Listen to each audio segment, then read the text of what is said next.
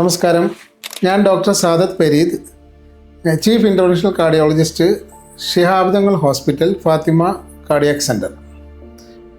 അപ്പോൾ ഞാനിന്ന് ഇവിടെ ഡിസ്കസ് ചെയ്യുന്ന ഒരു ടോപ്പിക്ക് കാർഡിയോളജി ഡിസീസിലെ ഏറ്റവും ഇമ്പോർട്ടൻ്റ് ആയിട്ടുള്ളൊരു സെക്ഷനാണ് അക്യൂട്ട് മയോകാർഡിയൽ ഇൻഫാക്ഷൻസ്, അത് ഹാർട്ട് അറ്റാക്ക്. അപ്പോൾ ഹാർട്ട് അറ്റാക്ക് എന്ന് പറഞ്ഞാൽ എന്താണെന്നുള്ള ഒരു ചെറിയ വിവരണം ഞാൻ ഇപ്പോൾ ഡിസ്കസ് ചെയ്യുന്നുണ്ട്. ഏറ്റവും സിംപ്ലിഫൈഡ് മെത്തേഡിൽ നമ്മൾ പറയുകയാണെങ്കിൽ അത് ഹാർട്ടിൻ്റെ മസിൽസിന് കൊടുക്കുന്ന ബ്ലഡ് വെസൽസിലുണ്ടാകുന്ന ബ്ലോക്കുകളാണ് ഹാർട്ട് അറ്റാക്ക് എന്ന് പറയുന്നത്. അപ്പോൾ ഹാർട്ട് അറ്റാക്ക് ഉണ്ടാകുമ്പോൾ ഈ ബ്ലഡ് വെസൽസ് ഹാർട്ടിൻ്റെ പുറത്താണ് ഇരിക്കുന്നത്. അപ്പോൾ ആ 3 ബ്രാഞ്ച് ഉണ്ട് ഹാർട്ടിൻ്റെ മസിൽസിൻ്റെ ഈ ബ്ലഡ് വെസൽസ്. അപ്പോൾ അതിൽ left coronary artery, left circumflex artery and right coronary artery എന്ന് പറയുന്ന 3 വെസൽസാണ്.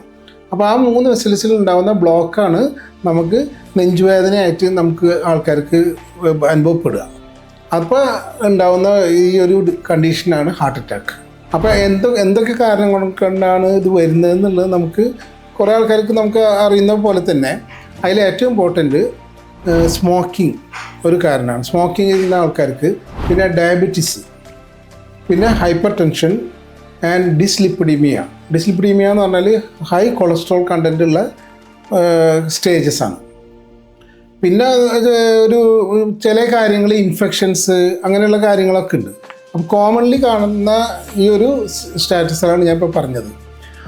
അപ്പോൾ അവരെല്ലാം പ്രത്യേകം ശ്രദ്ധിക്കണം. സ്മോക്കിംഗ് ഉള്ളവർ സ്മോക്കിംഗ് ഒഴിവാക്കുക. പിന്നെ ഷുഗർ ഉള്ള ആൾക്കാർ ഷുഗർ കൺട്രോൾ ചെയ്ത് കൊണ്ടുപോവുക. അതുപോലെ തന്നെ പ്രഷറും ഉള്ള ആൾക്കാർ പ്രഷറും കൺട്രോൾ ചെയ്ത് കൊണ്ടുപോവുക.